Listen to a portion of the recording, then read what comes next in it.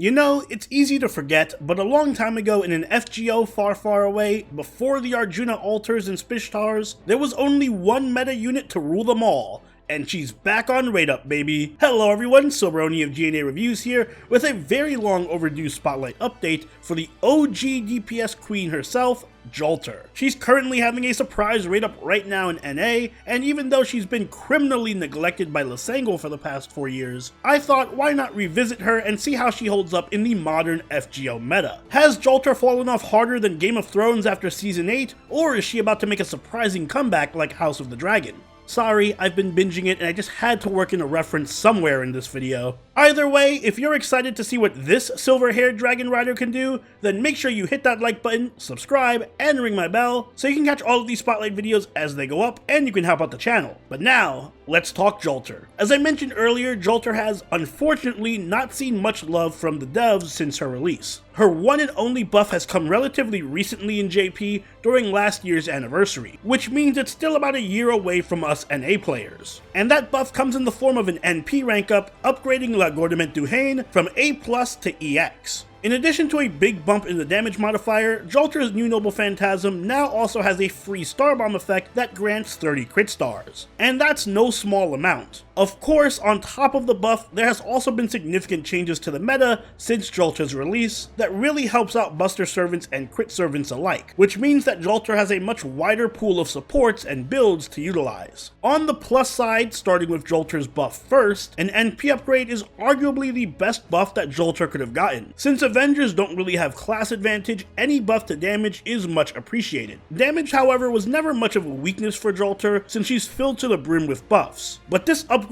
really pushes her over the top. For example, with this buff, Jalter will have the strongest single target NP of any servant in the game, even in JP, and by a pretty large margin too, with the exception of special modifiers of course. But NP burst isn't the only method that Jalter has for dishing out damage. The Star Bomb synergizes perfectly with her self-modification skill to allow an almost guaranteed turn of crit damage on the following turn. And as you can imagine, Jalter has some of the hardest hitting crits around, so this just allows her to snowball even harder than before. So suffice it to say, even if she's only received one buff since release, it's a massive one that significantly increases her overall firepower. But of course, that isn't all. We'll soon be getting a wave of amazing buster and crit supports in NA like Konyanskaya, Oberon, Ruler Scotty, and Crane, all of which enable Jalter to be a top tier crit DPS or boss killer with her nuke of a Noble Phantasm. The addition of Mighty Chains also makes Jalter's soloing capability and crit brave chains much more lethal. Make no mistake, Jalter remains one of the best servants in the game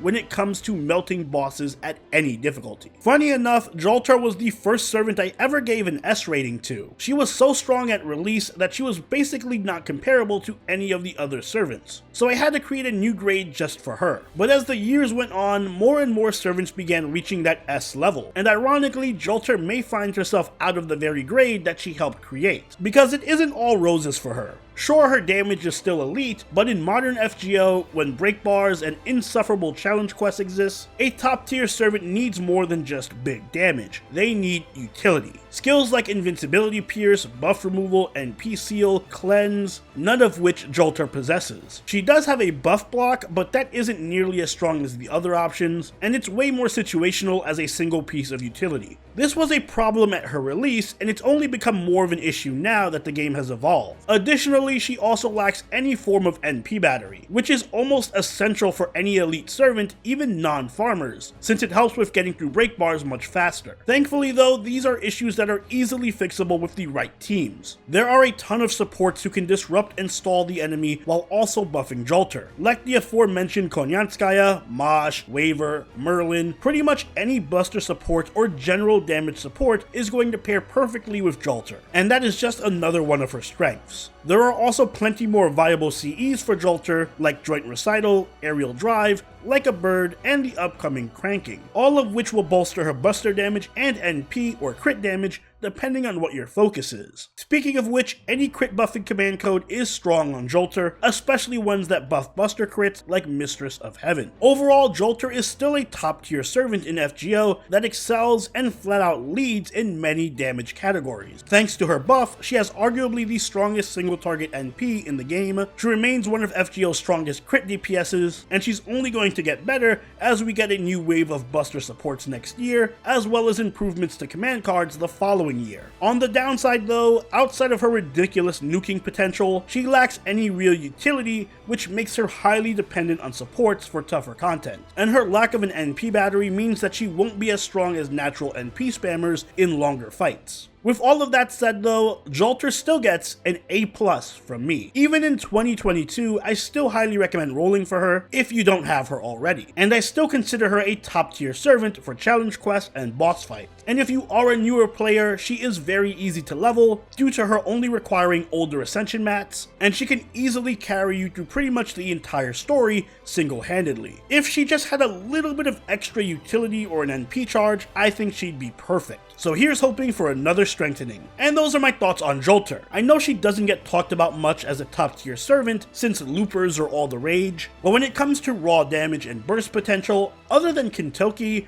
very few servants can even come close to matching her. So if you do have plans to roll for Jalter, I encourage you to do so, and I wish you luck. But what do you think? Let me know in the comments down below, and if you enjoyed this video, don't forget to leave a like and consider subscribing if you really enjoyed the video. Join the party over at our Discord, chill with us on Twitch, and follow us on Twitter, and I'll see you all in the next Servant Spotlight. Sober out. Later.